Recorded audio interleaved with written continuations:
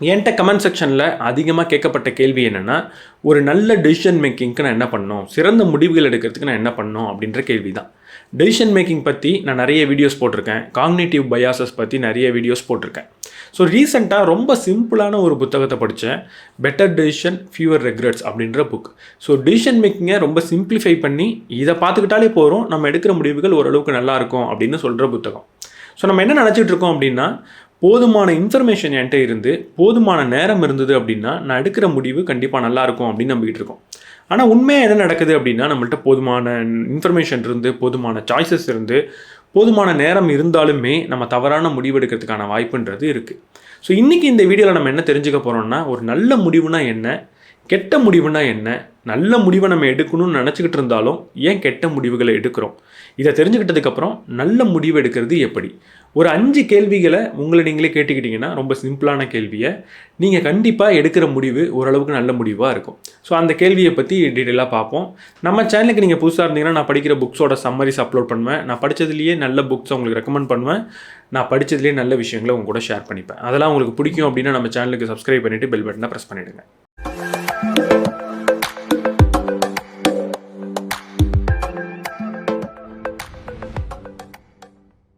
ஒரு நல்ல டிசிஷன்னா என்ன? நம்ம வாழ்க்கையில் நிறைய முடிவுகள் எடுத்திருப்போம். சில முடிவுகள் நமக்கு ரொம்ப சந்தோஷத்தை கொடுத்துருக்கோம். சில முடிவுகள் எடுத்ததுக்கப்புறம் அதை பற்றி நம்ம ரொம்ப அதிகமாக யோசிக்க மாட்டோம். அதை பற்றி யோசித்தா கொஞ்சம் வருத்தமாக இருக்கும். ஸோ இப்போது நமக்கு சந்தோஷத்தை கொடுத்தது அப்படின்றதுனால அது நல்ல முடிவா, இல்லை சில முடிவுகள் நமக்கு வருத்தத்தை கொடுத்தது அப்படின்றதுனால மட்டுமே அது கெட்ட முடிவாயிடுமா? ஸோ நல்ல முடிவுனா என்ன? ஒரு நல்ல முடிவுனா 3 விஷயம் இருக்கணும்னு இந்த ஆத்தர் சொல்கிறார். முதல்ல, உங்களோட முடிவுகள் உங்களோட கோலை நோக்கி உங்களை அழைச்சிட்டு போகணும்.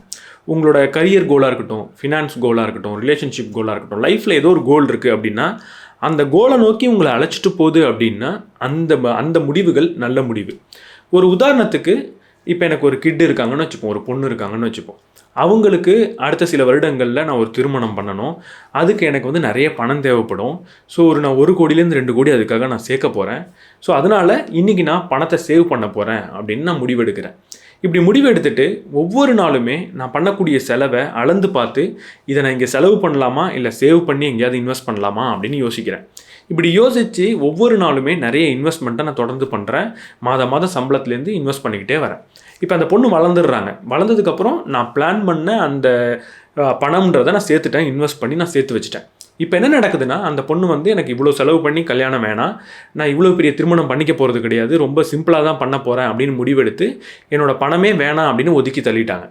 இப்போ உனக்காக தான் என்னோடய லைஃப் ஃபுல்லாக நான் சாக்ரிஃபைஸ் பண்ணி பணத்தெல்லாம் சேர்த்து வச்சேன், இப்படி உதறி தள்ளிட்டே நாங்கள் கோவப்படணுமா, இல்லை இந்த ஒரு பொண்ணுக்காக நம்ம இவ்வளவு சேர்த்து வச்சிட்டோமே அப்படின்னு சொல்லி அங்கே நான் வருத்தப்படணுமா, தவறாக நான் முடிவெடுத்துட்டேனே, என்னோடய வாழ்க்கையை நான் கொஞ்சம் வாழ்ந்துருக்கலாமே அப்படின்னு நான் யோசிக்கணுமா? இங்கே யோசித்து பார்த்தோம் அப்படின்னா, நான் ஒவ்வொரு மாதமும் சேமித்த பணத்தை சேமிக்கணும்னு எடுத்த முடிவும், அந்த பணத்தை இன்வெஸ்ட் பண்ணணும் அப்படின்னு எடுத்த முடிவும் சரியான முடிவு தான், நல்ல முடிவு தான். ஏன்னா எதிர்காலத்தில் ஒரு செலவு வரப்போகுதுன்னு நான் யோசித்தேன். அந்த செலவு இவ்வளவு இருக்கும் அப்படின்னு நான் தீர்மானித்தேன். அந்த செலவுக்காக சேவ் பண்ணணும் அப்படின்னு ஒரு பிளானாக பண்ணேன். இப்போது நான் ஒவ்வொரு மாதம் சேமித்தது என்னோட பிளானில் என்னோட கோலை நோக்கி என்னை அழைச்சிட்டு போனது. அப்போ அந்த முடிவு தவறான முடிவு கிடையாது. எண்டில் நீங்கள் நினச்ச மாதிரி எல்லாமே நடக்கணுன்ற அவசியம் கிடையாது. ஆனால் நீங்கள் எதுக்கு திட்டமிட்டிங்களோ, எதுக்கு ஒரு பிளானை பண்ணிங்களோ, எந்த கோலை வச்சுருக்கீங்களோ அதை நோக்கி உங்களை அழைச்சிட்டு போகுது அப்படின்னா நீங்கள் எடுக்கிற முடிவு நல்ல முடிவு தான். அதுக்காக நீங்கள் லேட்டர் ரிக்ரெட் பண்ணக்கூடாது. நம்ம நல்ல முடிவை தான் எடுத்திருக்கோம் அப்படின்ற ஒரு கான்ஃபிடென்ட் உங்கள்கிட்ட இருக்கணும். 2வது, உங்களோட கோலை நோக்கி அழைச்சிட்டு போனால் மட்டும் பத்தாது, உங்களோட வேல்யூஸ் அண்ட் ஃபிலாசபி கூட அந்த டிசிஷன் ஒன்றும் அலைன் ஆகி போகணும். இப்போ உதாரணத்துக்கு இதே எக்ஸாம்பிளில் நான் நிறைய பணம் சேர்க்கணுன்ற முடிவு எடுத்துட்டேன். இப்போ அந்த பணத்தை சேர்க்கும் போது ஒவ்வொரு தடவையும் எனக்கு நிறைய வாய்ப்பு வரும். தப்பு பண்ணி அந்த பணத்தை சம்பாதிக்கிறதுக்கான வாய்ப்புகள் வரும். நான் ஒரு கவர்மெண்ட் ஆஃபீஸர்னால் ஒரு தவறான கையெழுத்து போடுறதுக்கான வாய்ப்பு வரும். ஒரு லஞ்சம் வாங்குறதுக்கான வாய்ப்பு வரும். இப்போ என்னோடய கோல் என்னென்னா பணம் சேர்க்கணும் அப்படின்றது. இப்போது இந்த வாய்ப்பு எனக்கு வரப்போ தவறான வழியில் பணத்தை வாங்கலாமா வேணாமா அப்படின்ற முடிவை நான் எடுக்கிறப்ப, பணத்தை சேமிக்கணும், என்னோடய கோலை நோக்கி அழைச்சிட்டு போகும்போது அப்போ நான் பணத்தை லஞ்சம் வாங்கினா தப்பு இல்லைன்னு நான் எடுக்கக்கூடாது. அப்போ நான் என்ன யோசிக்கணும்னா, என்னோடய வேல்யூஸ் என்ன, ஃபிலாசபி என்னன்றதை நான் யோசிக்கணும். ஸோ லஞ்சம் வாங்கக்கூடாது, ஒரு நேர்மையான அதிகாரியாக இருக்கணுன்றது என்னோடய ஃபிலாசபி, என்னோடய வேல்யூவாக இருக்கிறப்போ நாங்கள் லஞ்சம் வாங்கக்கூடாது அப்படின்ற முடிவு எடுக்கணும். அதுதான் சரியான முடிவு. கோலை நோக்கி அழைச்சிட்டு போகுதுன்றதுனால மட்டுமே ஒரு முடிவு நல்ல முடிவாயிடாது. அது நல்ல வழியில் அட்லீஸ்ட் நம்மளோட வேல்யூஸ் நம்மளோட ஃபிலாசபியோட ஒத்து போகிறப்ப தான் அது நல்ல முடிவாக இருக்கும், ரிக்ரெட்டை கொடுக்காது. 3வது, முடிவு எவ்வளவு நல்ல முடிவாக வேணா இருக்கட்டும், இல்லை என்ன கெட்ட முடிவாக வேணா இருக்கட்டும். ஆனால் அது நல்ல முடிவான்னு தீர்மானிக்கிறது, அந்த முடிவு நல்லா இருந்தால் மட்டும் பத்தாது. நான் போதிய ரிசர்ச்சை பண்ணி அதை எடுத்திருந்தால் மட்டும்தான் அது நல்ல முடிவு. ஒரு உதாரணத்துக்கு, இப்போ நான் பணம் சேர்த்துக்கிட்டு இருக்கேன். பணத்தை சேமிக்கும் போது எங்கே இன்வெஸ்ட் பண்ணலான்ற ஆப்ஷன் எனக்கு நிறைய இருக்குது. நான் ஒரு முடிவு எடுக்கிறேன். எனக்கு என்ன முடிவு எடுக்கிறேன்? என்கிட்ட என் ஃப்ரெண்டு வந்து திடீர்னு சொல்கிறாரு, ஸ்டாக் மார்க்கெட்டில் இன்வெஸ்ட் பண்ணு, பணம் நிறைய கிடைக்கும் அப்படின்னு சொல்கிறாரு. நான் உடனடியாக ஸ்டாக் மார்க்கெட்டில் இன்வெஸ்ட் பண்ணுறேன். அந்த இன்வெஸ்ட் பண்ணி பணம் வந்து நான் எதிர்பார்த்த மாதிரி உண்மையாகவே பெருசாக வளர்ந்து நிறைய பணத்தை எனக்கு கொடுத்துருச்சு தான். அப்போ நான் அந்த ஸ்டாக் மார்க்கெட்டில் இன்வெஸ்ட் பண்ணலான்னு எடுத்த முடிவு நல்ல முடிவா? கண்டிப்பாக அது நல்ல முடிவு கிடையாது. அது என் கோலை நோக்கி அழைச்சிட்டு போனது, என் வேல்யூஸ் கூட ஒத்து போனது, அங்கே எனக்கு நல்ல லாபமும் கிடச்சிது. அப்போ கூட அது நல்ல முடிவு கிடையாது. ஏன்னா அங்கே நீங்கள் ரிசர்ச் அப்படின்றது பண்ணலை. ஸோ என்கிட்ட என் நண்பர் வந்து ஸ்டாக் மார்க்கெட்டில் இன்வெஸ்ட் பண்ணுன்னு சொன்ன உடனே நான் என்ன பண்ணியிருக்கணும்? அது நல்ல முடிவாக இருந்தாலுமே நான் ஸ்டாக் மார்க்கெட்டை பற்றி ரிசர்ச் பண்ணியிருக்கணும். அல்டர்னேட்டிவாக என்னென்ன இருக்குது? கோல்டில் இன்வெஸ்ட் பண்ணலாமா, ரியல் எஸ்டேட்டில் இன்வெஸ்ட் பண்ணலாமா, எஃப்டியில் இன்வெஸ்ட் பண்ணலாமா, இல்லை பாண்டில் இன்வெஸ்ட் பண்ணலாமா அப்படின்னு எல்லாத்தையும் ரிசர்ச் பண்ணி பார்த்துட்டு நான் ஆமாம் ஸ்டாக்கில் இன்வெஸ்ட் பண்ணுறது கரெக்டு தான், நண்பர் சொன்னது கரெக்டு தான் அப்படின்ற முடிவை எடுத்தால் மட்டும்தான் அது நல்ல முடிவு. Even though stock market best ஆப்ஷனாக இருந்தாலுமே நான் மற்ற ஆப்ஷனை பற்றி யோசிக்காமையே ஸ்டாக் மார்க்கெட்டை எடுத்து ஃப்ளூக்கில் நான் அந்த டிசிஷன் எடுத்திருந்தேன்னா அது நல்ல முடிவு கிடையாது, அது தவறான முடிவு தான். ஸோ நல்ல முடிவு எடுக்கிறப்ப இந்த 3 விஷயம் இருக்கணும். நம்மளோட கோலை நோக்கி அழைச்சிட்டு போகணும், நம்மளோட வேல்யூ அண்ட் ஃபிலாசபி கூட அலைன் ஆகி போகணும், அது எவ்வளோ பெரிய முடிவாக வேணா இருக்கட்டும், அதற்கான ரிசர்ச்சை நான் பண்ணியிருக்கணும். இது 3 பண்ணால் மட்டும்தான் அது நல்ல முடிவு.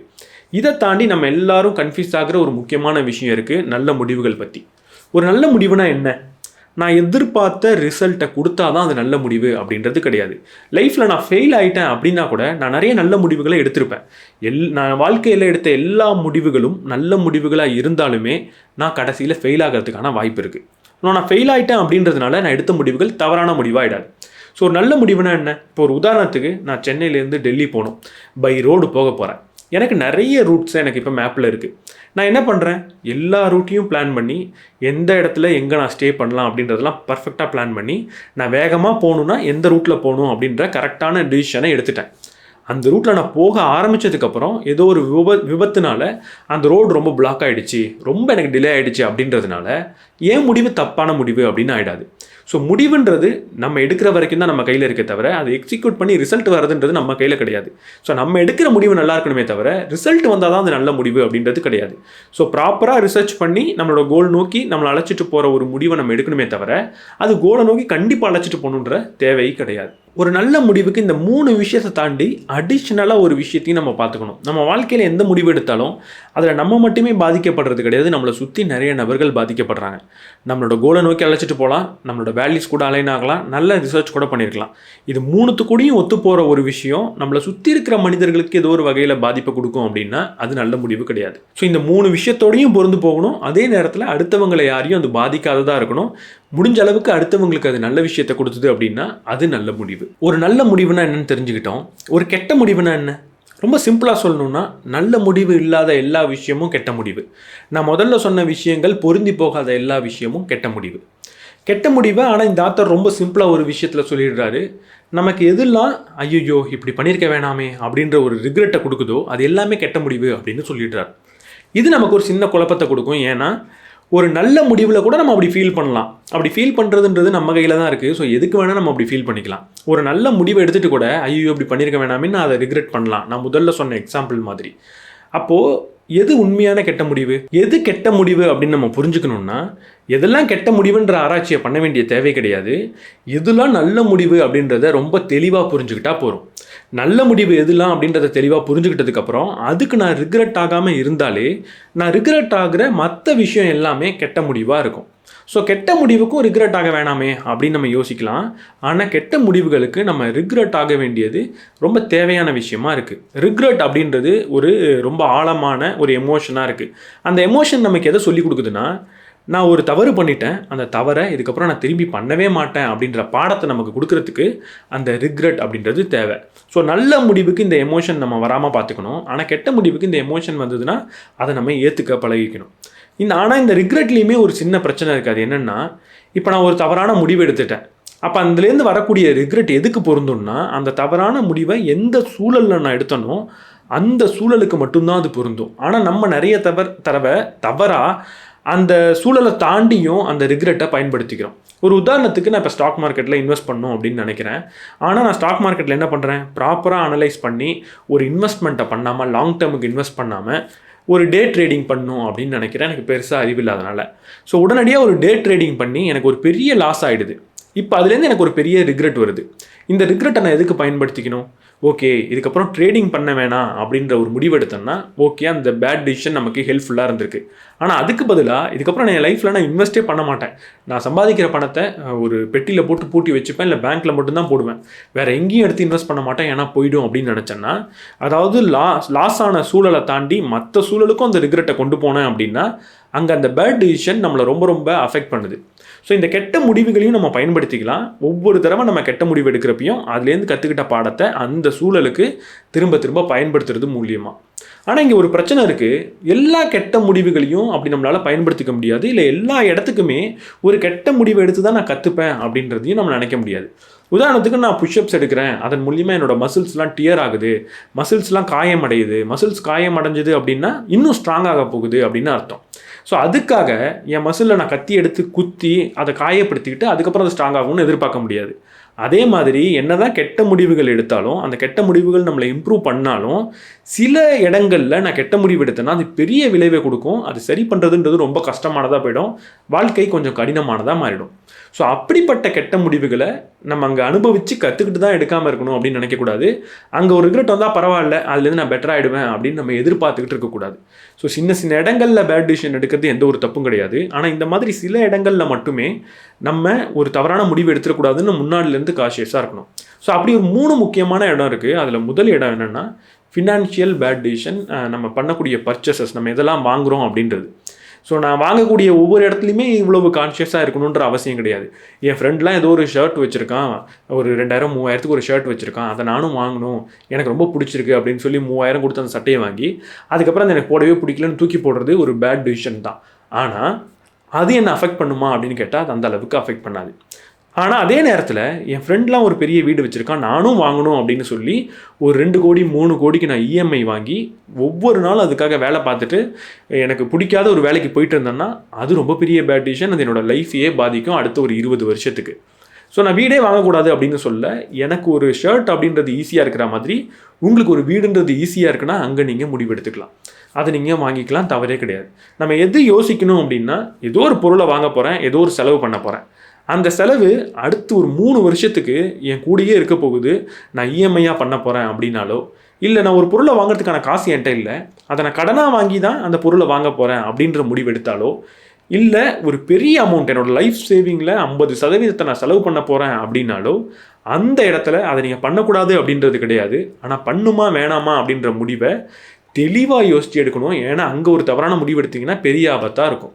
ஸோ அங்கே இந்த வீடியோட கடைசியில் சொல்லக்கூடிய அந்த 5 விஷயங்களை அந்த டிசிஷனுக்கு ஒவ்வொரு தடவையும் செக் பண்ணி பார்த்துட்டு அந்த முடிவை நீங்கள் எடுக்கணும். இன்னொரு வழியிலையும் இந்த ஃபினான்ஷியல் டிசிஷனை எப்போ நம்ம ரொம்ப யோசித்து எடுக்கணும் அப்படின்றத கண்டுபிடிக்கலாம்.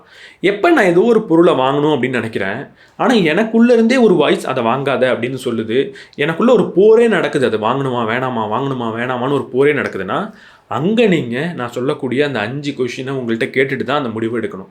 இல்லை ஏதோ ஒரு பொருளை வாங்குறதுக்காக என்ன நானே நான் ரொம்ப கன்வின்ஸ் பண்ணுறேன், இது உனக்கு அப்படி பயனளிக்கும், இது உனக்கு இப்படி பயனளிக்கும் அப்படின்னு என்ன நானே நான் ரொம்ப கன்வின்ஸ் பண்ணிக்கிறேன் அப்படின்னா அங்கேயும் நான் தவறான முடிவு எடுக்கிறதுக்கான வாய்ப்பு இருக்குது. அங்கேயும் இந்த ரூல்ஸை நீங்கள் அப்ளை பண்ணி பார்த்துட்டு தான் முடிவு எடுக்கணும். அடுத்தது ரிலேஷன்ஷிப். எப்படி நமக்கு பணத்தை பெருசாக இழந்தாலோ இல்லை பெரிய கடன் வாங்கினாலோ அது ரொம்ப நாளுக்கு நீடிச்சிருக்குமோ, அதே மாதிரி தான் ஒரு கெட்ட ரிலேஷன்ஷிப்குள்ளே நான் போயிட்டேன், ஒரு பேட் ரிலேஷன்ஷிப்குள்ளே போயிட்டேன் அப்படின்னா அதுலேருந்து வெளியே வரதும், வெளியே வந்து ஹீல் ஆகிறதும், இன்னொரு நல்ல ரிலேஷன்ஷிப்பை பிடிக்கிறதும் ரொம்ப பெரிய ப்ராசஸாக இருக்கும். ரொம்ப பெரிய மனவேதனையை நீங்கள் கடந்து போக வேண்டிய தேவை இருக்கும். ஸோ ஒரு ரிலேஷன்ஷிப்பில் நான் தவறான முடிவெடுத்தால் பரவாயில்ல, ஒரு தவறு பண்ணி நாங்கள் கற்றுக்கிறேன் அப்படின்னு நினைக்க முடியாது. அந்த ரிலேஷன்ஷிப்புக்குள்ளே போயிட்டு உடனே வெளில வந்துடலாம் அப்படின்னு நமக்கு தோணும். ஆனால் உள்ளே போயிட்டு வெளியே வருதுன்றது அவ்வளவு சாதாரண விஷயம் கிடையாது. ஸோ ஒரு ரிலேஷன்ஷிப்பில் நம்ம முடிவு எடுக்கணும் அப்படின்னாலும் அங்கேயும் நம்ம ரொம்ப அதிகமாக யோசிக்கணும். அடுத்தது ஒரு ஹேபிட்டும் ரொம்ப சாதாரண விஷயம் மாதிரி தெரியும். நான் வந்து அப்பப்போ ஸ்மோக் பண்ணிக்கிறேன் அப்படின்னு சொல்கிறதோ, இல்லை நான் அக்கேஷனலாக ஏதாவது பார்ட்டிக்கு போனால் மட்டும் ட்ரிங்க் பண்ணுவேன் அப்படின்னு சொல்கிறதோ, இல்லை இது ரொம்ப ஹார்ம்ஃபுல்லான விஷயம் கிடையாது அப்படின்னு நினச்சிட்டு நம்ம ஒரு 2 hours 3 hours நம்ம வந்து மொபைலில் ஸ்க்ரோல் பண்ணுறதோ, இல்லை அதிகமாக சாக்லேட் சாப்பிட்றதோ, இந்த மாதிரியான சின்ன சின்ன ஹேபிட்ஸும் உங்களுக்கு ஒரு நீடித்த விளைவை கொடுக்க போகுது, பெரிய ப்ராப்ளத்தை உங்கள் லைஃப்பில் கொண்டு வரும். ஸோ எந்த ஹேபிட்டை நான் சூஸ் பண்ணணும், எந்த ஹேபிட்டை நான் விடணும் அப்படின்ற முடிவையும் நீங்கள் ஆழமாக யோசித்து தான் எடுக்கணும். ஏன்னா ஒரு ஹேபிட்டை ஃபார்ம் பண்ணிவிட்டு நான் விட்டுக்கிறேன், குடிக்கிறேன், எனக்கு ஏதாவது பிரச்சனை வந்துருச்சு அப்படின்னா நான் விட்டுடுறேன் அப்படின்னு நினைக்க முடியாது. ஏன்னா ஒரு ஹேபிட் ஃபார்ம் ஆகிடுச்சுன்னா அதை விடுறது ரொம்ப ரொம்ப கஷ்டம். ஸோ ஒரு ஹேபிட்டை ஃபார்ம் பண்ணிக்கிறதுக்கு முன்னாடியே நம்ம எந்த ஹேபிட்டை ஃபார்ம் பண்ணிக்கணும் அப்படின்றத நல்லா யோசித்து முடிவெடுக்கணும். ஸோ இந்த 3 விஷயத்தில் நம்ம ஒரு முடிவு எடுக்கிறோம் அப்படின்னா அந்த முடிவை எடுத்துட்டு அதுக்கப்புறம் மாற்றிக்கலாம் அப்படின்னு ஈஸியாக விட முடியாது. ஒரு முடிவு எடுக்கிறதுக்கு முன்னாடியே நல்லா யோசிக்கணும். இந்த 3 விஷயத்தை நான் எக்ஸாம்பிளுக்கு சொன்னேன். இந்த மாதிரி இன்னும் சில விஷயங்கள் கூட உங்கள் லைஃப்பில் இருக்கும். ஸோ இப்படிப்பட்ட முக்கியமான ஒரு முடிவு எடுத்துகிட்டு உடனே கற்றுக்கிட்டு மாற்றிக்கலாம் அப்படின்னு இல்லாத இடத்துக்கு நம்ம ஒரு நல்ல ஹேபிட்டை வளர்த்துக்கணும் அப்படின்னா இந்த வீடியோட லாஸ்ட் பார்ட்டில் சொல்கிற அந்த 5 விஷயத்தை நம்ம புரிஞ்சுக்கணும். அந்த 5 விஷயத்தை ஒவ்வொரு தடவையும் செக் பண்ணணும். ஒரு கெட்ட முடிவுனா என்னென்னு நான் புரிஞ்சுக்கிட்டேன். ஆனால் ஒரு கெட்ட முடிவை நான் ஏன் திரும்ப திரும்ப எடுத்துக்கிட்டு இருக்கேன்? ஒரு முடிவு எடுக்கிற போது இது நான் எடுக்கிறது கெட்ட முடிவுன்னு எனக்கு ஓரளவுக்கு தெரிஞ்சிருக்கு. யாரோ ஒருத்தவங்க ஒரு ஸ்மோக்கு கொடுக்குறாங்க, சிகரெட்டு கொடுக்குறாங்கன்னா அதை வாங்கக்கூடாது அப்படின்றது எனக்கு தெரியும். இருந்தாலுமே நான் வாங்கிடுறேன். யாரோ ஒருத்தவங்க எனக்கு ஒரு ட்ரிங்க்ஸை கொடுத்தா அதையும் நான் வாங்கிடுறேன். இது கெட்ட முடிவுன்னு தெரிஞ்சுமே நான் ஏன் நிறைய கெட்ட முடிவுகளை தொடர்ந்து எடுத்துக்கிட்டே இருக்கேன்? ஸோ 99% நான் ஒரு முடிவை தப்பாக எடுக்கிறதுக்கான காரணம் என்னென்னா இன்ஸ்டன்ட் கிராட்டிஃபிகேஷன் தான். இன்றைக்கி எனக்கு சந்தோஷமாக இருந்தால் போகிறோம், இதனால் நாளைக்கு ஏதாவது பிரச்சனை வந்ததுன்னா அதை நாளைக்கு பார்த்துக்கலாம் அப்படின்னு நினைக்கிற பக்குவம் தான். நாளைக்கு பிரச்சனை வரப்போகுது அப்படின்னு தெரிஞ்சுமே இன்றைக்கி நான் தவறான முடிவுகள் எடுக்கிறதுக்கு முக்கியமான ஒரு காரணம் இருக்குது. அது என்னென்னா நம்மளே நிறைய கதை சொல்லி நிறைய பொய் சொல்லி ஏமாற்றிக்கிறதுல ஒரு சிறப்பான நபர்களாக நம்ம இருக்கிறது தான்.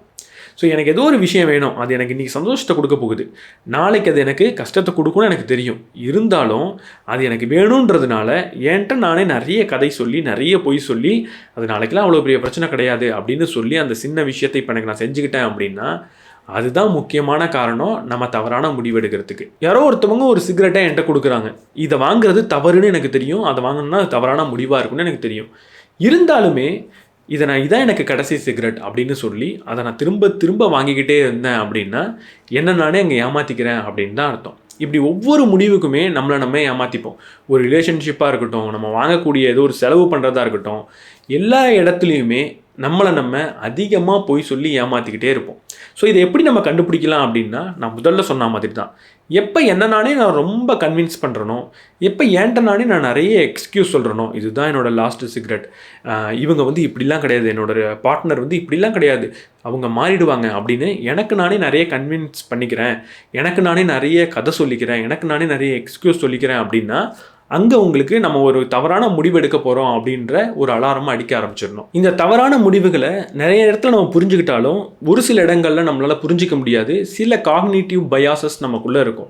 ஸோ இது சரிதான் அப்படின்ற மாதிரி நமக்கு தோணிகிட்டு இருக்கும் அன்டில் நம்ம அங்கே ஃபெயில் ஆகிற வரைக்கும். அப்படிப்பட்ட ஒரு 5 காக்னிட்டிவ் பயாசஸை அடுத்து நம்ம பார்ப்போம். அதுக்கு முன்னாடி நம்ம ஒரு தவறான முடிவை எடுக்கக்கூடாது அப்படின்னா என்ன செய்யணும்? ஒரு தவறான நம்ம முடிவு எடுக்கிறதுக்கு காரணம் இன்ஸ்டன்ட் கிராட்டிஃபிகேஷனில் அதிகமாக ஃபோக்கஸ் பண்ணுறது.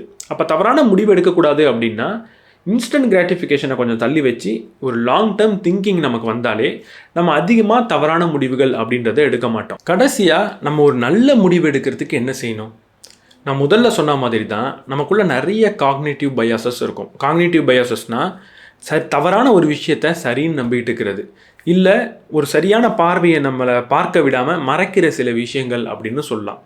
இப்படி நிறைய காக்னிட்டிவ் பயாசஸ் பற்றி நான் ஆல்ரெடி நிறைய வீடியோஸில் பேசியிருக்கேன். ஆனால் இன்றைக்கி இந்த வீடியோவில் ரொம்ப சிம்பிளான பேசிக்கான ஒரு 5 காக்னிட்டிவ் பயாசஸை பற்றி நம்ம புரிஞ்சுப்போம். அந்த காக்னிட்டிவ் பயாசஸ் நம்மளை எப்படி ஒரு நல்ல டிசிஷன் எடுக்க விடாமல் தடுக்குது அப்படின்னு புரிஞ்சுப்போம். அதற்கப்புறம் அந்த காக்னிட்டிவ் பயாசஸை நம்ம விளக்கணும் அப்படின்னா நம்மள்கிட்ட நம்ம எந்த மாதிரி கேள்வி கேட்கணும், இல்லை எப்படி நம்ம ஒரு ரிசர்ச்சை பண்ணணும் அப்படின்றத தெரிஞ்சுப்போம். இந்த 5ம் ரொம்ப சிம்பிளானதாக இருக்கும். ஆனால் இந்த 5ம் எப்போ நீங்கள் ஒரு பெரிய முடிவை எடுக்க போகிறீங்களோ, நான் முதல்ல சொன்ன மாதிரியான ஒரு லைஃப் த்ரெட்டனிங் ஒரு டிசிஷன் எடுக்கிறப்ப அட்லீஸ்ட் இந்த 5 விஷயத்தை ரொம்ப சிம்பிளாக நீங்கள் செக் பண்ணிங்கன்னா அங்கே ஒரு தவறான முடிவு எடுக்கிறதுக்கான வாய்ப்புன்றது குறையும், ஒரு நல்ல முடிவு எடுக்கிறதுக்கான வாய்ப்பு அதிகரிக்கும். ஸோ அதில் முதல் காக்னிட்டிவ் பயாஸ் என்னென்னா, எனக்கு பிடிக்காத இன்ஃபர்மேஷனை நான் ஒதுக்கி தள்ளுறது. கன்ஃபர்மேஷன் பயாஸ் அப்படின்னு சொல்லுவாங்க. ஒரு உதாரணத்துக்கு எனக்கு சாக்லேட்ஸ் நிறைய பிடிச்சிருக்கு. ஸோ சாக்லேட் சாப்பிட்ணுன்னு எனக்கு ஆசையாக இருக்குது. ஆனால் எனக்கு டவுட்டாக இருக்குது, சாக்லேட் சாப்பிட்றது உடம்பு கெட்டதாகிடுமோ அப்படின்னு. ஸோ நான் சாக்லேட் சாப்பிட்றதுல என்னெல்லாம் நல்லதாக இருக்குதுன்னு தெரிஞ்சுப்போம்.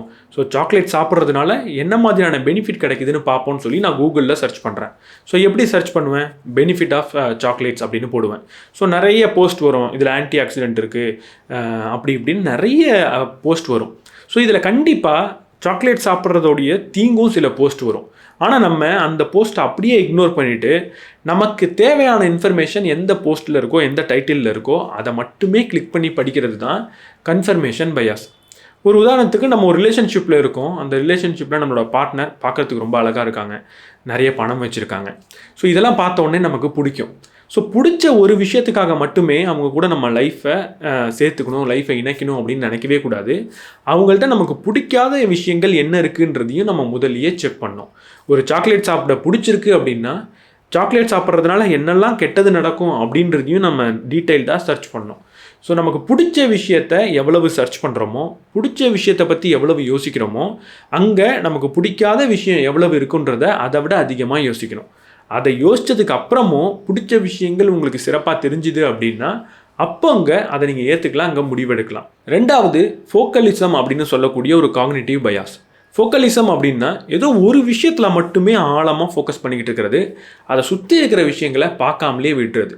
ஒரு உதாரணத்துக்கு, இன்றைக்கி நான் சந்தோஷமாக இருந்தால் போகிறோம், லாங் டேர்மில் என்ன நடந்தாலும் பரவாயில்ல அப்படின்னு நினச்சேன்னா அதுவே ஒரு ஃபோக்கலிசம் தான். ஸோ இந்த ஃபோக்கலிசம் அவாய்ட் பண்ணுறதுக்கு நம்ம என்ன செய்யணும் அப்படின்னா, ஃப்யூச்சரை பற்றி நம்ம அடிக்கடி யோசிக்கணும். ஸோ நான் ஒவ்வொரு முடிவு எடுக்கிறப்பையும் அந்த முடிவு எனக்கு இப்போ என்ன பண்ணுன்றதை விட இது லாங் டேர்மில் எனக்கு என்ன மாதிரியான விஷயத்தை கொடுக்கும் அப்படின்னு யோசிக்கணும். நம்மளோட திங்கிங்கை லாங் டேர்மில் வச்சுக்கிட்டோம் அப்படின்னா அங்கே எடுக்கிற முடிவு மோஸ்ட்லி சரியாக தான் இருக்கும், தவறாக போகிறதுக்கான வாய்ப்பு கம்மி. அடுத்தது ஜெனட்டிக் ஃபேலசின்னு சொல்லக்கூடிய ஒரு காக்னிட்டிவ் பயாஸ். ஜெனட்டிக் ஃபேலசி அப்படின்னா ஒரு இன்ஃபர்மேஷன் நமக்கு வருது, அந்த இன்ஃபர்மேஷன் யாருக்கிட்டேருந்து வருதோ அதை பொறுத்து அந்த இன்ஃபர்மேஷனை எடை போடுறது. நம்ம ரொம்ப மதிக்கிற ஒரு பெரிய நபர் ஒரு விஷயத்த சொல்கிறார், அதே நேரத்தில் நம்ம ரொம்ப மதிக்காத சாதாரண ஒரு சின்ன நபர் ஒரு விஷயத்த சொல்கிறார். இப்போது பெரிய நபர் நம்ம ரொம்ப மதிக்கிறோம் அப்படின்றதுனால அவர் சொன்னது உண்மை அப்படின்னும், நம்ம பெருசாக மதிக்காத யாருன்னே தெரியாத ஒரு நபர் சொன்னதுனால அதை பெருசாக நம்ம கண்டுக்காமல் விடுறதும் ஜெனட்டிக் ஃபேலசிக்குள்ளே வரும். ஸோ ஒரு இன்ஃபர்மேஷனை யார் சொல்கிறாங்க அப்படின்றத பார்க்காம அந்த இன்ஃபர்மேஷனை டீட்டெயில்டாக ரிசர்ச் பண்ணோம், அந்த இன்ஃபர்மேஷனை நம்ம ஒரு செயலில் கொண்டு போக போகிறோம் அப்படின்ற பட்சத்தில். ஸோ இதை தாண்டி இந்த ஜெனட்டிக் ஃபேலசி ஒரு மிகப்பெரிய இடத்துல நமக்கு பாதிப்பாக இருக்கும். அது எங்கன்னா, நம்மள்டேருந்து நமக்கு வரக்கூடிய இன்ட்யூஷன்ஸ். சில பேர் என்ன பண்ணுவாங்கன்னா, அவங்களோட இன்ட்யூஷன் ஒரு விஷயத்த சொன்னதுன்னா அது கண்டிப்பாக சரியாக தான் இருக்கும், அதை உங்களுக்கு கடவுள் சொன்ன மாதிரி அதை நம்புவாங்க, அதை வச்சு ஒரு டிசிஷனை ரொம்ப யோசிக்காமல் எடுத்துகிட்டு போயிட்டே இருப்பாங்க. அதே நேரத்தில் இன்னொரு குரூப் ஆஃப் பீப்புள் என்ன பண்ணுவாங்க அப்படின்னா, அவங்களோட இன்ட்யூஷன் ஒரு விஷயம் சொன்னதுன்னா, நான் அவ்வளோ பெரிய ஆள்லாம் கிடையாது, நான் எந்த முடிவு எடுத்தாலும் தப்பாக தான் இருக்கும், ஸோ என் மனசு சொன்னதுன்னா இதை நான் கண்டிப்பாக கேட்கக்கூடாது அப்படின்னு எடுக்கிறவங்களாகவும் இருப்பாங்க. ஸோ இன்ட்யூஷனை இந்த ரெண்டு எக்ஸ்ட்ரீமையும் நீங்கள் கொண்டு போகவே கூடாது. இன்ட்யூஷன் சொன்னால் அது கண்டிப்பாக சரியாக தான் இருக்கும் அப்படின்னும் கிடையாது, இன்ட்யூஷன் ஒரு விஷயத்த சொன்னால் அது தப்பாக தான் இருக்கும் அப்படின்னும் கிடையாது. ஸோ இன்ட்யூஷன்னா என்ன? இந்த ஆத்தர் ஒரு அழகான எக்ஸ்ப்ளனேஷனை இன்ட்யூஷன் பற்றி சொல்கிறாரு. அது என்னென்னா, நம்ம கற்றுக்கிட்டோம் அப்படின்னு தெரிஞ்சிக்காமலேயே கற்றுக்கிட்ட சில பாடங்கள் அப்படின்னு சொல்கிறாரு. யூஸ்வலாக ஒரு தவறான முடிவு எடுத்துட்டோம்னா, அங்கே இந்த தவறான முடிவு எடுத்துட்டோம், இதுக்கப்புறம் நம்ம இதை செய்யக்கூடாது அப்படின்ற ஒரு பாடத்தை கற்றுப்போம். அதே மாதிரி ஒரு சூழலுக்குள்ளே திரும்ப போகிறப்போ, லாஸ்ட் டைம் நம்ம தப்பு பண்ணோம், இப்போ இங்கே வேணாம் அப்படின்னு நமக்கு நம்ம மூளை சொல்லும். ஆனால் சில நேரங்களில் இந்த மாதிரி தவறான முடிவுகள் எடுக்கிறப்போ நம்மளோட மூளை எங்கள் பாடத்தை கற்றுக்கிட்டேன் அப்படின்ற ஞாபகத்தை நமக்கு கொடுக்காது. ஆனால் இருந்தாலுமே நம்ம அந்த பாடத்தை அங்கே கற்றுப்போம். ஸோ அந்த மாதிரி சூழலில் திரும்ப போகிறப்போ நம்மளோட மூளை லாஜிக்கலாக இதை செய்யாத அப்படின்னு சொல்லாது, ஆனால் நமக்கு அடிவயிற்றுலேருந்து ஒரு எமோஷன் வந்து இதை நீங்கள் செய்யாத அப்படின்னு சொல்லும். ஸோ நான் இந்த வீடியோவோட ஸ்டார்டிங்கில் ரிக்ரெட் பற்றி சொல்கிறப்போ, ஒரு ரிக்ரெட்டை நான் இந்த இடத்துல கற்றுக்கிட்டேன் அப்படின்னா அதை அந்த இடத்துல மட்டும்தான் பயன்படுத்தணும், தேவையில்லாமல் அதை வேறு சில இடங்களுக்கு கொண்டு போனேன் அப்படின்னா அந்த ரிக்ரெட்லேருந்து கற்றுக்கிட்ட பாடத்து மூலியமாக ஒரு பெரிய பயன் நமக்கு இருக்காது அப்படின்னு சொல்லியிருந்தேன். அதே மாதிரி தான் இன்ட்யூஷனும். நான் எந்த சூழலில் கற்றுக்கிட்டனோ அங்கே மட்டும்தான் அந்த இன்ட்யூஷன் ஒர்க் ஆகுமே தவிர எல்லா இடத்துக்கும் அதை கொண்டு போக முடியாது. ஆனால் நம்ம மூளை எல்லா இடத்துக்கும் அதை நமக்கு கொடுத்துக்கிட்டே தான் இருக்கும். ஸோ ஒரு இன்ட்யூஷன் வந்தால் அதுக்காக இக்னோர் பண்ணிடலாமான்னா இக்னோரும் பண்ணக்கூடாது. அப்போ நம்ம என்ன செய்யணும் அப்படின்னா, ஒரு இன்ட்யூஷன் ஏதோ ஒரு விஷயத்தை சொல்லுது ஒரு முடிவெடுக்கிறப்ப அப்படின்னா, அந்த இன்ட்யூஷனை எடுத்துக்கிட்டு அதில் இன்னும் டீட்டெயில்டாக ரிசர்ச் பண்ணி நம்ம இன்ட்யூஷன் சொன்னது சரிதானான்னு பார்த்து நீங்கள் அங்கே முடிவெடுக்கலாம். ஸோ இன்ட்யூஷன் நமக்கு நிறைய வாய்ப்புகளை காட்டுது, நிறைய சாய்ஸஸை காட்டுது, ஆப்ஷனை காட்டுதுன்னு வேணால் சொல்லலாம். ஆனால் சரியான முடிவு அது காட்டாது. அதையும் ஒரு ஆப்ஷனாக எடுத்து அதையும் நம்ம ரிசர்ச் பண்ணி முடிவெடுக்கிறப்ப தான் கரெக்டாக இருக்கும். அடுத்த bias black and white thinking அப்படின்னு சொல்லலாம். ஒரு விஷயம் ஒன்று சரியாக தான் இருக்கணும், இல்லை தவறாக தான் இருக்கணும் அப்படின்னு நினைக்கிறது. நான் ஏதோ ஒரு முடிவு எடுக்க போகிறேன் அப்படின்னா அதில் ஏதாவது ஒரு சின்ன நெகட்டிவான விஷயத்தை பார்த்துட்டா இது கண்டிப்பாக தப்பு, இதை நான் செய்யவே கூடாது அப்படின்னு நினைக்கிறது. இல்லை பாசிட்டிவான விஷயம் முதல்ல என் கண்ணில் பட்டுச்சுன்னா இது சூப்பரான விஷயம் அப்படின்னு சொல்லி நெகட்டிவான விஷயத்தை பற்றி யோசிக்காமல் இது கண்டிப்பாக சரியாக தான் இருக்கும் அப்படின்னு நினைக்கிறது. ஆனால் லைஃப்பில் நம்ம பார்க்கக்கூடிய ஒவ்வொரு விஷயத்துலேயும் நல்லதும் இருக்கும், கெட்டதும் இருக்கும். ஸோ ஒரு மோசமான முடிவில் கூட சில நல்ல விஷயங்கள் இருக்கும், ரொம்ப சிறப்பான முடிவில் கூட சில கெட்ட விஷயங்கள் இருக்கும். ஸோ அப்போ நம்ம எப்படி ஒரு முடிவு எடுக்கணும் அப்படின்னா ஒவ்வொரு முடிவுக்கும் நம்மள்ட்ட இருக்கிற ஒவ்வொரு ஆப்ஷனுக்கும் எதெல்லாம் பெனிஃபிட் எதெல்லாம் பிரச்சனை அப்படின்றத தெளிவாக எழுதணும். எழுதுனதுக்கப்புறம் எதில் அதிகமான பெனிஃபிட் இருக்குது, எந்த லாஸை நம்மளால் ஏற்றுக்க முடியும் அப்படின்றத கணக்கிட்டு அதற்கப்புறம் அந்த முடிவு எடுக்கணுமே தவிர எடுத்த உடனே இதில் சில பாசிட்டிவ் இருக்குது அப்போ இது கண்டிப்பாக ஃபுல்லாக பாசிட்டிவாக இருக்கும் அப்படின்ற திங்கிங்குள்ளே வரக்கூடாது. கடைசியாக நம்மளோட பெர்ஸ்பெக்டிவில் மட்டுமே எல்லா விஷயத்தையும் தொடர்ந்து பார்த்துக்கிட்டே இருக்கிறது. நம்ம என்ன நினைக்கிறோன்னா நம்மளோட பெர்ஸ்பெக்டிவ் தான் கரெக்ட் அப்படின்றத சப்கான்ஷியஸாக பிலீவ் பண்ணிக்கிட்டு இருக்கோம். ஸோ நம்மளோட பெர்ஸ்பெக்டிவ்லேயே எல்லாத்தையும் பார்த்து எல்லா முடிவையும் எடுக்கிறோம் அப்படின்னா நாளைக்கு நம்மளோட பெர்ஸ்பெக்டிவ் சேஞ்ச் ஆகிறப்ப நம்ம எடுத்த முடிவு எல்லாமே தவறான முடிவு அப்படின்னு தோணும். டீட்டெயிலான ரிசர்ச் கூட பண்ணியிருப்போம், அப்போ கூட அதை நம்மளோட பெர்ஸ்பெக்டிவ்லேயே பண்ணதுனால சில சமயம் என்ன ஆகும்னா இன்றைக்கி நான் கரெக்டான முடிவு எடுத்திருக்கேன் அப்படின்னு நினப்பேன். ஆனால் நம்மளோட பெர்ஸ்பெக்டிவ் அப்படின்றது சேஞ்ச் ஆகிட்டே இருக்கிறதுனால நாளைக்கு அந்த பெர்ஸ்பெக்டிவ் சேஞ்ச் ஆகிறப்ப நான் எடுத்தது தவறான முடிவோ அப்படின்னு ஆகிடும். ஸோ மோஸ்ட் ஆஃப் தி சிச்சுவேஷனில் இப்படிப்பட்ட ஒரு ரிக்ரெட் தான் நமக்கு வரும். இன்றைக்கி எனக்கு சரின்னு தோணும், நான் டீட்டெயிலாக ரிசர்ச் பண்ணியிருப்பேன், என்னோட கோல் ஒன்று இருக்கும், அந்த கோலை நோக்கி என்னை அழைச்சிட்டு போகும், என் வேல்யூ கூட ஃபிலாசபி கூட அடுத்தவங்களுக்கு நல்லது செய்யும் அப்படின்லாம் நான் நினச்சிருப்பேன், எல்லாமே எனக்கு பர்ஃபெக்டாக அலைன் ஆகி ஒரு முடிவு எடுத்திருப்பேன். நாளைக்கு என்ன ஆகும்னா என்னோட டோட்டல் பர்ஸ்பெக்டிவே சேஞ்ச் ஆகிறப்ப இன்றைக்கி எடுத்த முடிவு தப்பாயிடுச்சே அப்படின்னு தோணும். ஸோ இதை அவாய்ட் பண்ணுறதுக்கு நம்ம என்ன செய்யணும் அப்படின்னா நம்ம எந்த துறையில் ஒரு முடிவெடுக்க போகிறோமோ அங்கே இருக்கிற எக்ஸ்பர்ட் கிட்ட கன்சல்ட் பண்ணிக்கிறதுன்றது ரொம்ப ரொம்ப முக்கியம். ஸோ எல்லா முடிவையும் நானே எடுக்கணும் அப்படின்றது கிடையாது, எக்ஸ்பர்ட்ஸ் கிட்ட மென்டார் கிட்ட அறிவுரை கேட்குறதுன்றது ரொம்ப ரொம்ப முக்கியம். நிறைய புத்தகங்கள் படிக்கிறதுன்றது ரொம்ப ரொம்ப முக்கியம். இதற்கு முன்னாடி இந்த வேலையை கரெக்டாக செஞ்சவங்கள்ட்ட அறிவுரை கேட்டுக்கிறது நல்லது. அப்படி கேட்டிங்கன்னா உங்களோட டிசிஷன் தப்பாக இருக்காது. ஸோ ஒரு முடிவு எடுக்கிறப்ப இந்த 5 விஷயத்தையும் நம்ம செக் பண்ணிக்கிட்டோம்னா சிம்பிளாக அந்த முடிவை நல்ல முடிவாக வச்சுக்கலாம். முதல் விஷயம், ஒரு முடிவு எடுக்கிறேன் அப்படின்னா எனக்கு ஒரு விஷயம் பிடிச்சிருக்குன்றதுனால மட்டுமே எடுக்கக்கூடாது, அந்த இடத்துல எனக்கு பிடிக்காத விஷயங்கள் எவ்வளவு இருக்குன்றதை ரொம்ப டீட்டெயிலாக ரிசர்ச் பண்ணணும். ரெண்டாவது, எந்த ஒரு முடிவு எடுக்கிறப்பையும் லாங் டேர்ம் திங்கிங்கை நம்ம வச்சுக்கணும். மூணாவது, யார் சொல்கிறான்றதை வச்சு அந்த இன்ஃபர்மேஷனை நம்ம ஏற்றுக்கக்கூடாது, நம்மளோட இன்ட்யூஷனை ஒழுங்காக எவாலுவேட் பண்ண கற்றுக்கணும். அடுத்தது, பிளாக் அண்ட் ஒயிட்டில் திங்க் பண்ணக்கூடாது, எல்லா ஆப்ஷனுக்கும் என்ன பாசிட்டிவ் நெகட்டிவ் அப்படின்றத தெளிவாக எழுதி பார்க்கணும். கடைசியாக நம்ம மட்டுமே முடிவு எடுத்துடக்கூடாது, ரொம்ப முக்கியமான முடிவுகளில் எக்ஸ்பர்ட்டை கன்சல்ட் பண்ணிக்கணும், ஒரு மென்டார்கிட்ட அட்வைஸ் கேட்கணும். ஸோ இதை நம்ம செய்கிறப்ப ஒரு நல்ல முடிவை கண்டிப்பாக நம்ம எடுப்போம், பெரிய ரிக்ரெட் அப்படின்றது நமக்கு இருக்காது. இந்த மாதிரி எல்லாம் பண்ணி ஒரு முடிவெடுத்தாலுமே நான் ஆசைப்பட்ட ரிசல்ட் அது கொடுக்கணுன்றது கிடையாது, அது என்னோட கண்ட்ரோலில் கிடையாது. நான் ஆசைப்பட்ட ரிசல்ட் அது கொடுக்கலன்றதுனால இந்த முடிவு தவறு அப்படின்னு ஆகிடாது. ஸோ இதற்காக நல்ல முடிவு எடுத்துகிட்டு ரிசல்ட் வரலன்றதுனால நம்ம எடுத்த முடிவு தப்புன்னு நினச்சி ரிக்ரெட்குள்ளே போகக்கூடாது. இதுக்கு நீங்கள் என்ன பண்ணலாம் அப்படின்னா உங்கள்கிட்ட ஒரு ஜேர்னல் கண்டிப்பாக நீங்கள் மெயின்டைன் பண்ணணும். அதில் முக்கியமான முடிவு எடுக்கிறப்ப நீங்கள் பண்ணுற ரிசர்ச்சை டீட்டெயில்டாக அதில் எழுதணும். ஒரு முடிவு எடுக்கிறீங்கன்னா எதனால் அந்த முடிவு எடுக்கிறீங்க அப்படின்றதையும் அதில் எழுதணும். இப்படி எழுதிட்டீங்க அப்படின்னா உங்களுக்கு ஒரு வேளை ரிசல்ட் வரலனாலும் அந்த முடிவு எடுத்தும் நீங்கள் தவறான ஒரு இடத்துக்கு போயிட்டீங்க அப்படின்னாலும் அப்போ நீங்கள் திரும்பி அந்த ஜேர்னலில் எழுதுனதை பார்க்குறது மூலிமா நம்ம சரியான முடிவு தான் எடுத்துருக்கோன்ற கான்ஃபிடென்ஸ் கிடைக்கும். அட்லீஸ்ட் அந்த முடிவுலையும் என்ன தவறு இருக்குன்றதை நீங்கள் ரீஎவால்வேட் பண்ணலாம். ஸோ முக்கியமான முடிவுகளுக்கு ஒரு ஜேர்னலை மெயின்டைன் பண்ணுறது ரொம்ப ரொம்ப முக்கியம். ஸோ இதுதான் இன்றைக்கி உங்கள் கூட ஷேர் பண்ணிக்கணும் அப்படின்னு நினச்சேன். இந்த வீடியோ பற்றி நீங்கள் என்ன நினைக்கிறீங்கன்றத கமெண்ட் செக்ஷனில் சொல்லுங்கள். இந்த வீடியோ உங்களுக்கு பிடிச்சிருந்துன்னா லைக் பண்ணிவிட்டு உங்கள் நண்பர்களோட ஷேர் பண்ணுங்கள். நம்ம சேனலுக்கு நீங்கள் புதுசாக இருந்தீங்கன்னா சப்ஸ்கிரைப் பண்ணிவிட்டு பெல் பட்டனை ப்ரெஸ் பண்ணிவிடுங்க.